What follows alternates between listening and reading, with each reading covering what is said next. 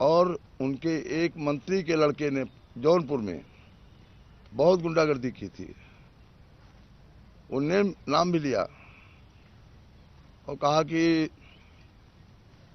BJP के लोग अनुशासन में रहते हैं इसलिए जीतते हैं, और गुंडाई नहीं करो तुमको पार्टी से निकाल देंगे। पूरे प्रदेश में गुंडा राज है, और मुलायम सिंह जब आते हैं सत्ता में तब गुंडा राज होता है। ये खुद ही गुंडा है। अब भाषण कार्यकर्ताओं के बीच में ये देते हैं, और गुंडागर्दी जब होती है हमारे क्षेत्र में हुई तो उनको छोड़वा देते हैं। हम जो यहाँ गोंडा में लोग आए हैं 8-10 हज़ार की तादाद में, हमारे नेता भी लोग भी आए हैं, लखनऊ से भी कुछ। हम सब लोगों का स्वागत करते हैं और आप लोगों से कहते हैं कि हिम्मत मत हारना। मुलायम सिंह सरकार के दिन गिने चुने हैं। लोकसभा चुनाव में इनका सफाया होगा। कांग्रेस की सरकार फिर बनेगी दिल्ली में, राहुल गांधी प्रधानमंत्री होंगे, सरकार गोंडा के लोगों की होगी, और मुलायम सिंह की सरकार लोकसभा चुनाव के बाद उत्तर प्रदेश में भी चली जाएगी, और उत्तर प्रदेश में भी कांग्रेस सरकार बनेगी। तब हम गुंडागर्दी से कब जवाब गुंडागर्दी से नहीं देंगे, लेकिन जो लोग गुंडागर्दी कर रहे हैं और जो अधिकारी उनका संरक्षण दे रहे हैं उनके खिलाफ कानूनी कार्रवाई जरूर होगी।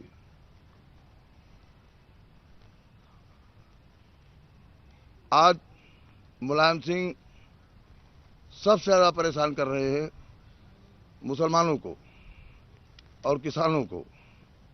गन्ना किसान रो रहा है और मुजफ्फरनगर में मुसलमान मर रहे हैं, और मुलायम सिंह कहते हैं कि वहां कैंप में बैठे हुए हैं षड्यंत्रकारी। वो बेचारे मर रहे हैं, उनके बच्चे मर रहे हैं, ओढ़ने कंबल नहीं, खाने को अनाज नहीं है, और ये कह रहे सपा भाजपा और कांग्रेस के लोग बैठे हुए हैं वहां। इतना निर्दयी, इतना क्रूर, इतने बड़े प्रदेश का कोई नेता नहीं हो सकता, इतिहास में नहीं हुआ है। लेकिन हम इनके दिन गिने चुने हैं, और ये गोंडा में तो हमारा कुछ कर नहीं पाएंगे। ये चाहे भाजपा से भी मिल जाए, मिले हुए हैं ही हैं, लेकिन हम इनको मैनपुरी में अब की बार हराने की जरूर कोशिश करेंगे। ये कोई अपने बड़ा तोप समझते हैं, जनाधार विहीन व्यक्ति हो गया है अभी, और इनके कदम धीरे धीरे भाजपा की तरफ बढ़ रहे हैं। उसमें कहा कि भाजपा के लोग अनुशासित होते हैं, भाजपा की तारीफ करने की जरूरत थी। बाबरी मस्जिद इन्होंने गिरवाई। गोधरा कांड के बाद जहां मुसलमानों की अच्छी तादाद थी वहां पर सपा के उम्मीदवार जाके गुजरात में खड़े किए, मुसलमानों को वोट काटा। मायावती जी उस समय मुख्यमंत्री थी, ये भी गई मोदी के प्रचार में, तब भी मामूली बहुमत से मोदी जीते थे। मोदी 2002 में ही हट सकते थे, अटल जी नहीं चाहते थे इनको, लेकिन मायावती और मुलायम सिंह ने 2002 में इनको जिताया, और उसका इनको इनाम मिला 2003 में ही। 2003 में मायावती जी की सरकार थी, भाजपा सपोर्ट कर रही थी, और इन्होंने ऐसा षड्यंत्र किया कि एक अधिकारी ने मायावती से कहा विधानसभा जब भी चालू होगी भाजपा अपना समर्थन वापस कर लेगी। तो मायावती जी ने उस अधिकारी से पूछा कि क्या किया जाए, तो उस अधिकारी ने मायावती जी को सलाह दी कि विधानसभा भंग करके चुनाव करवा लो, बहुमत में आ जाओगे पूरे, और भाजपा वालों को कोई भरोसा नहीं। मायावती जी ने गवर्नर को जाके भंग करने की सिफारिश कर दी। 125 एमएलए थे मुलायम सिंह के, और इनको लाल कृष्ण आडवाणी ने मुख्यमंत्री की शपथ दिलवा दी। केसीनाथ त्रिपाठी स्पीकर बने रहे।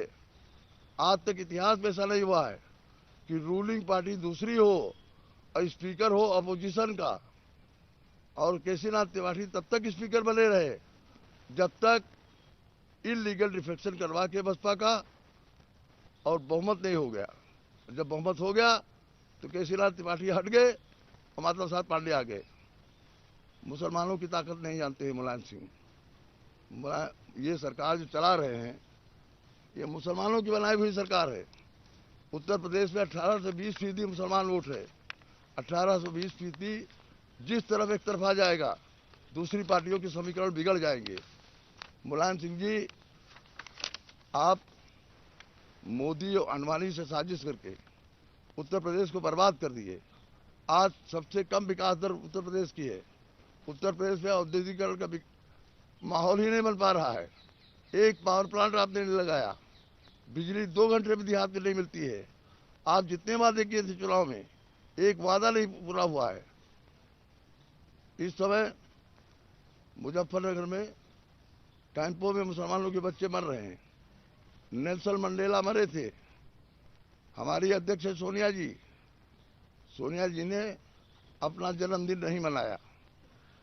और मुजफ्फरनगर में आपके वहाँ सरकार है, रोज बच्चे वहाँ मर रहे हैं।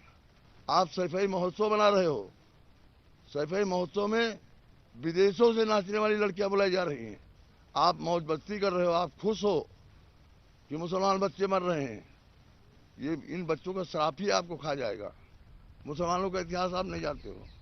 आज़ादी की लड़ाई में सबसे ज्यादा कुर्बानी कर दी है तो मुसलमानों ने दी है।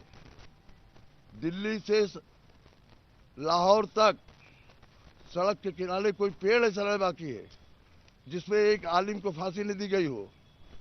दिल्ली से सहारनपुर तक कोई पेड़ ऐसा नहीं बाकी था जिस पर एक आलिम को कम से कम फांसी नहीं दी गई हो। 6000 मुसलमान फांसी के तख्ते पर लड़े। मौलाना महमूद हसन नदवी मक्का में गिरफ्तार हुए अंग्रेजों की साजिश से। माल्टा जेल में 2 साल रहे और माल्टा जेल से जब छूटे बंबई बंदरगाह पे पहुंचे तो बंबई के बहुत बड़े भीड़ ने उनके स्वागत इंतजार कर रही आ रही थी और उस भीड़ की अगुवाई कर रहे थे महात्मा गांधी। जिस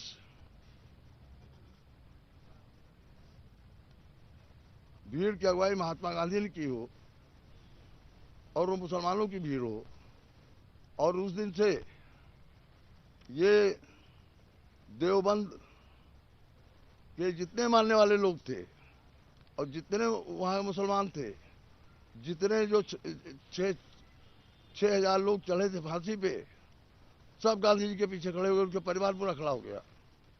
लखनऊ के अली मियाँ के परदादे भी, उनको भी फांसी हुई थी। मुसलमानों की कुर्बानी कांग्रेस के लिए, इस देश की आज़ादी के लिए बहुत है, उसको आप भुला रहे हो। शामली में अंग्रेजों से और मौलवियों से आमने सामने लड़ाई हुई थी और जो देवबंद का मदरसा उस समय छोटा बनाया गया था। देवबंद का मदरसा सिर्फ जंगे सूरमा आज़ादी की लड़ाई के लिए पैदा करने के लिए बनाया गया था। आज उन मुसलमानों जिन्होंने आपकी सरकार बनवाई, जिस पश्चिमी उत्तर प्रदेश के मुसलमानों ने जंगे आज़ादी में शहादत दी, उनके बच्चे आज कब्रिस्तान पे कैंप लगाए पड़े हुए हैं। कब्रिस्तान में मुर्दे रहते हैं, मुर्दे के ऊपर कैंप रखा है, जिंदा रहे हुए। महिलाएं रो रही हैं, बच्चे मर रहे हैं, ओढ़ने को कंबल नहीं, खाने को दाना नहीं, और आप कह रहे हो वहां षड्यंत्रकारी बैठे हुए हैं भाजपा और एक कांग्रेस के लोग हैं। शर्म आनी चाहिए। इतना मदहोश नहीं होना चाहिए। आप अभी एक आय से अधिक संपत्ति के केस में छूट गए हो, खुश न हो। लोकपाल बन गया है। अभी पेंडिंग केस सीबीआई के पास आपके भ्रष्टाचार के बहुत है। आपको जेल जाना ही होगा। और इतनी दौलत कमा रहे हो, इतनी लूट कर रहे हो, उत्तर प्रदेश को बर्बाद कर रहे हो। आप समाजवादी आंदोलन से निकले हो। समाजवादी आंदोलन से निकला हुआ व्यक्ति फक्कड़ होता है, पैसे की परवाह नहीं करता है, गरीब की परवाह करता है, किसान की परवाह करता है, मजलूम की परवाह करता है, और आप अपने परिवार की परवाह कर रहे हो। मुसलमान के बच्चे मर रहे हैं और आप विदेशों से नाचने वाली लड़कियां लगा के मौज मस्ती कर रहे हो। आपको शर्म आनी चाहिए। अगर आप में जरा भी गैरत है तो सैफई महोत्सव बंद करो। और जो आपने कैंप पे रहने वाले लोगों को षड्यंत्रकारी कहा है, पूरे देश की जनता के से और मुसलमानों से आप क्षमा याचना करो। जो लोग यहाँ आए हैं, जमीर अहमद फारूकी साहब, डॉक्टर मसूद साहब, DK आनंद साहब, ये बाहर से लोग आए हैं। और यहाँ जो गोंडा की भीड़ जमा है, गोंडा लोग कहना चाहेंगे कि आज़ादी के बाद से आप दबे रहे, खासतौर से पिछड़े दलित और मुसलमान भी। अब बेनी प्रसाद वहाँ का प्रतिनिधित्व कर रहे हैं। सर उठा के चलो, सीना तान के चलो। गुंडागर्दी जो करेगा उसका लोकतांत्रिक ढंग से डंडा हम चलाएंगे और आप भी चलाओगे। डरना मत। इन गुंडों को आप भी ठीक करोगे, हम भी ठीक करेंगे। बहुत बहुत धन्यवाद।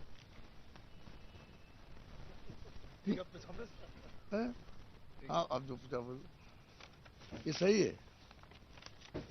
तो उसे नहीं बोल सकते थे। मौलाना चश्मा लाओ। डर गई है कांग्रेस। सरकार थी इनकी। अटल जी से बड़ा कोई चेहरा इनके पास नहीं है। इंडिया साइनिंग कहते हैं, डेमोक्रेटिक कहते हैं। जब गोवा में ये प्रधानमंत्री के उम्मीदवार बनाए जा रहे थे, सुषमा स्वराज खिलाफ थी। और जो फाइनेंस मिनिस्टर थे सिन्हा साहब, यशवंत सिन्हा, वो तो यहाँ तक कह गए कि हम वहाँ नहीं गए। तो आप लोगों ने पूछा कि आप वहाँ क्यों नहीं गए, तो उन्होंने कहा हमको निमोनिया नहीं हुआ है। इतना टेरर है, आज कोई बोलने के खिलाफ नहीं। आप लोग भी डर गए हैं क्या? हम क्या डर गए? फासिस्टों से हम लोग डर जाएंगे, देश बर्बाद हो जाएगा। हम लोग डरे भी नहीं हैं, हम ही लोग जीतेंगे। ये हमेशा PM इन बैठक रहेंगे, नकली लाल किले पे मंच बनवा के भाषण देते रहेंगे। थक जाएंगे, चुनाव नतीजा आएगा, नोट कर लो, तो हम आपसे मिलते ही रहेंगे, यहीं रहेंगे दिल्ली में। 15 अगस्त 2014 को असली लाल किले से राहुल गांधी झंडा फहराएंगे, राहुल गांधी देश को संबोधित करेंगे, और मोदी कहीं टीवी पे देखेंगे राहुल गांधी का भाषण। रूस से प्रधानमंत्री जी वापस आ रहे थे इंडिया, प्लेन में उन्होंने प्रेस कॉन्फ्रेंस की और उन्होंने कहा कि राहुल गांधी आदर्श प्रधानमंत्री होंगे, हमें उनके अंडर में काम करने में खुशी होगी। इस सरकार में PM से बड़ा तो कोई तो है नहीं। समझदार को इशारा काफी। हम तो 2 साल से कह रहे हैं कि राहुल गांधी प्रधानमंत्री बनेंगे।